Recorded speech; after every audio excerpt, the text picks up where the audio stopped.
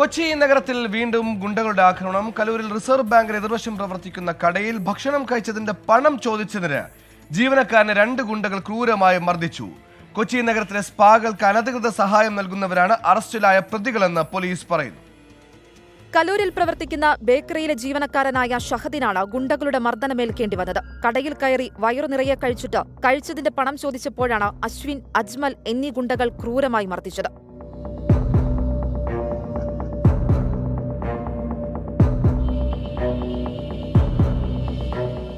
കൗണ്ടറിൽ നിന്നും പിടിച്ചിറക്കി കടയിലിട്ട് ക്രൂരമായി തല്ലിച്ചതച്ച ശേഷം ബേക്കറിയിലുണ്ടായിരുന്ന കത്തിയെടുത്ത് ഷഹദിന്റെ കഴുത്തിന് നേരെ വീശിയെങ്കിലും ഒഴിഞ്ഞുമാറിയതിനാൽ ജീവൻ തിരികെ കിട്ടി. പരാതി പറഞ്ഞാൽ ശരിയാക്കി കളയുമെന്ന ഗുണ്ടകളുടെ ഭീഷണിയിൽ ഷഹദ് ആദ്യം പരാതി കൊടുത്തില്ല. പിന്നീട് ഭീഷണി കൂടിയപ്പോൾ സ്റ്റേഷനിൽ CCTV ദൃശ്യങ്ങൾ സഹിതം പരാതിയുമായി എത്തി. ദൃശ്യങ്ങൾ കണ്ടതോടെ നോർത്ത് സിയുടെ നേതൃത്വത്തിലുള്ള സംഘം 2 പ്രതികളെയും മിനിറ്റുകൾക്കകം അറസ്റ്റ് ചെയ്തു. കലൂരിൽ പ്രവർത്തിക്കുന്ന ആൻ ഗ്രൂപ്പിലെ ജീവനക്കാരാണ് 2 പ്രതികളെന്നും കൊച്ചി നഗരത്തിൽ പ്രവർത്തിക്കുന്ന സ്പാകൾക്ക് സഹായം നൽകുന്നതാണ് ഇവരുടെ പ്രധാന തൊഴിലെന്നും പോലീസ് പറഞ്ഞു. കൊലപാതക ശ്രമം അടക്കമുള്ള ഗുരുതര വകുപ്പുകൾ ചുമത്തി പ്രതികളെ കോടതിയിൽ ഹാജരാക്കി റിമാൻഡ് ചെയ്യുമെന്നും നോർത്ത് പോലീസ് അറിയിച്ചു. 24 കൊച്ചി.